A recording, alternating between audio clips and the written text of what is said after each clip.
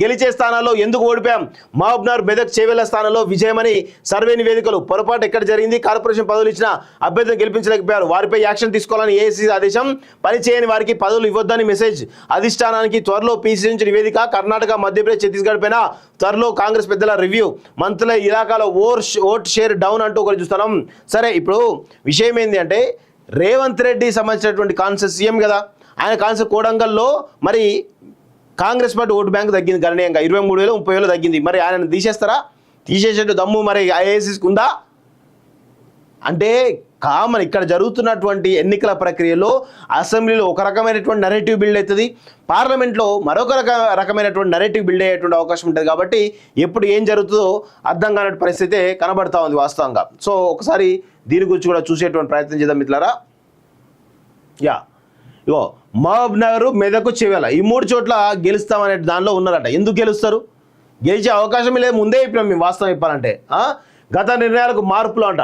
గత కొన్ని రోజులుగా నామినేటెడ్ పోస్టులపై సీఎం రేవంత్ తన సన్నిధితో చర్చిస్తున్నారు.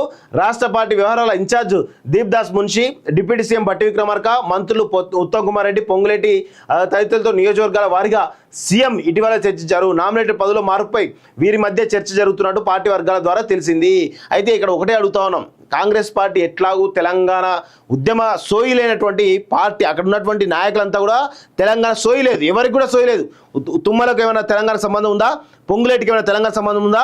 సీఎం రేవంత్ రెడ్డికి ఏమైనా తెలంగాణ సంబంధం ఉందా? జూపల్లి కృష్ణారావు అంటే సరే అప్పుడు రిజైన్ చేసిండు, ఓకే అనుకుందాం. ఎవరికి ఉంది సంబంధం? ఎవ్వరు కూడా తెలంగాణ ఉద్యమంలో ఎవ్వరు కూడా లేరు. తెలంగాణ ఉద్యమానికి వ్యతిరేకంగా పనిచేసిన వాళ్ళే ఈ క్యాబినెట్లో చాలామంది ఉన్నారు. సో నేను ఒకటే అడుగుతా ఉన్నాను, నిజంగా తెలంగాణ రాష్ట్ర ఏర్పాటులో కీలక భూమిక కేసీఆర్ను మించి పోరాటం చేసినటువంటి ఉన్నది అంటే ప్లేస్ అని ఉంది, అది ఉస్మానియా యూనివర్సిటీ మాత్రమే. ఉస్మానియా యూనివర్సిటీలో మీ పార్టీలో చాలామంది ఉన్నారు, చాలామంది అంటే చాలామంది ఈరోజు ఉన్నారు. ఎవరు? దుర్గం భాస్కర్ ఉన్నాడు, కోట శ్రీనివాస్ ఉన్నాడు, అదేవిధంగా మన బాలలక్ష్మి ఉంది, అదేవిధంగా మన పున్నా కైలాష్ నేత ఉన్నారు. ఇలాంటి ఉద్యమకారులు అనేక మంది ఉన్నారు ఆ పార్టీలో. కనీసం ఒక్కరికైనా మీరు నామినేటెడ్ పోస్ట్ ఇస్తారా? ఇచ్చేటువంటి దమ్ము ధైర్యం ఉందా? ఇవ్వాలి కదా. వాళ్ళు తెలంగాణ కోసం 100 కేసులు పెట్టుకొని ఈరోజు ఇబ్బందులు పడ్డారు కదా.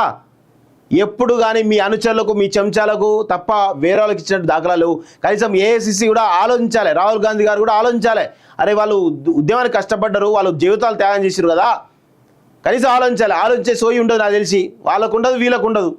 చూడండి, మంత్రుల ఇలాకాలో ఓట్ షేర్ డౌన్ అంట. ఇగో రేవంత్ రెడ్డి ఇలాకాలో కొడంగల్లో 1,00,000 ఓట్లు అసెంబ్లీలో వస్తే 84,000 ఓట్లు వచ్చాయి, అంటే 23,000 వ్యత్యాసం. కోమటిరెడ్డి వెంకటరెడ్డి ఇలాకాలో నల్గొండలో 1,07,000 వస్తే 1,00,000 2,000 తగ్గింది.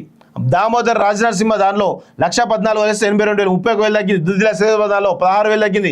పొన్నం ప్రభాకర్ దానిలో 21,000 తగ్గింది. పొంగులేటి శ్రీనివాసరెడ్డి దానిలో 10,000 తగ్గింది. తుమ్మల నాగేశ్వరరావు దానిలో 7,000 తగ్గింది. జూపల్లి కృష్ణారావు దానిలో 16,000 తగ్గింది. అత్యధికంగా రేవంత్ రెడ్డి దానిలోనే, రేవంత్ రెడ్డి దామోదర్ ఇద్దరే పెద్ద ఎత్తున తగ్గినట్టు చాలా స్పష్టంగా కనబడతా ఉంది వాస్తవంగా చెప్పాలంటే. అంటే వీళ్ళని తీసేస్తారు, మరి రేవంత్ రెడ్డి లాంటి మనకి చర్యలు తీసుకుంటారా? తీసుకునేటువంటి దమ్ము ధైర్యం మరి ఏ తీసుకుందా అని మేము అడుగుతా ఉన్నాం. చాలా పెద్ద ఎత్తున జరుగుతూ ఉంది. మరి ఏందో మరి కాంగ్రెస్ పార్టీ ఏం చేస్తుందో చూడాలి.